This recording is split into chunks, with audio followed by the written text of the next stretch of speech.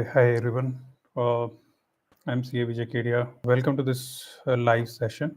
Today's live session is about uh, mutual fund related queries. If you have any questions related to mutual fund investments, you can ask that in the chat. So I'll start with the basics. Many people ask what is the different types of equity funds we have. So one is we have small cap funds, which is investing in uh, smaller companies, which is from 250 onwards, the market capitalization. And then the top 50 companies are Nifty 50, next 50 is the second largest set of companies.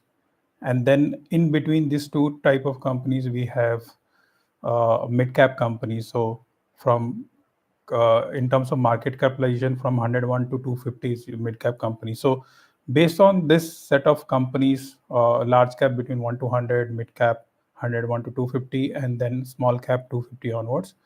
And then also the taxation aspects related to mutual fund also we can discuss. One of the questions people often ask me, how safe is my money with mutual fund? and and I always say that it's even safer than your money with the bank, right? Because the thing is, yeah, markets can go up and down, your value of your investment can fluctuate, and that's the nature of equity investment, but your money is not going anywhere. Okay, so if you have invested your money in mutual fund, you can be rest assured that that money is in safe hands. That money is not going anywhere. So, because the way mutual fund structure is designed in India by SEBI, there are three entities involved. So there's a sponsor who's usually a bank. So, for example, Axis or ICICI, they can be a sponsor to a mutual fund, and then they appoint a AMC, the asset management company, who who will manage that fund, buy and sell on behalf of investors. And then there is a third entity which is trustee, which is managing your money. So even the AMC, which is dealing with your purchase and sale of shares, they are not keeping your money. That money is with the third entity, which is trustees, right? So you have sponsor uh, setting up the mutual fund, then you have AMC managing your assets, investments, and then you have trustees who is managing your money, right?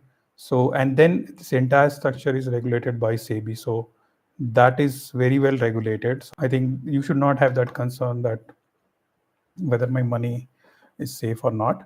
Yes, your values of your investment can go up and down depending on market condition, but whatever you invested, that money is not going anywhere. So that is something you should understand. Many people ask how mutual funds are taxed, and so I can talk about like different aspects, depending on whether it's a equity mutual fund or a debt mutual fund, or a hybrid fund, right, which invests in both debt and equity. So I'll explain it in a very simple way. So if you have invested in a fund which is holding 65% or more than 65% of equity, so like 65% is invested in stock markets, remaining 35 can be like in the stocks, or it can even be foreign stocks or debt funds like bonds or debentures. Still that fund will qualify as an equity fund.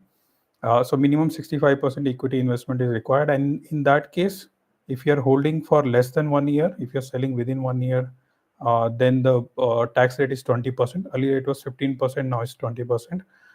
And then if you're holding for more than 1 year, then that classifies as a long term, and there you pay 12.5% tax on your returns. So that earlier that was like 10%, and you get exemption up to 1,25,000. So if your long term gain is up to 1,25,000, you don't pay any tax. Beyond that 1,25,000, you pay 12.5% tax in the long term.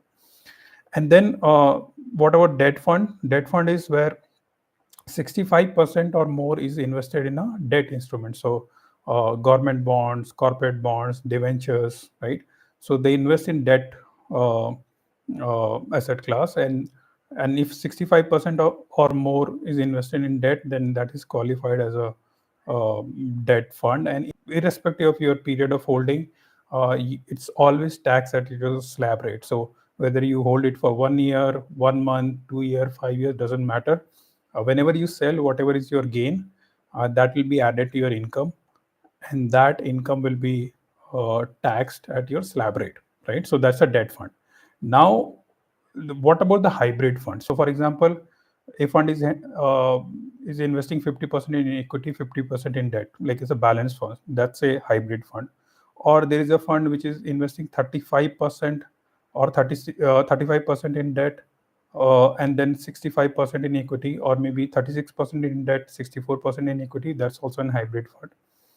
And there can be a fund which is investing, say, 64% in debt and 36% in equity. That's again a hybrid fund. So between this 35 to 65 range, it basically is having less than 65% in equity, more than 35% in debt funds, then it will qualify for the hybrid fund. So the taxation in this case is, you will be paying, if you're selling for less than 2 years, that is taxed at the slab rate.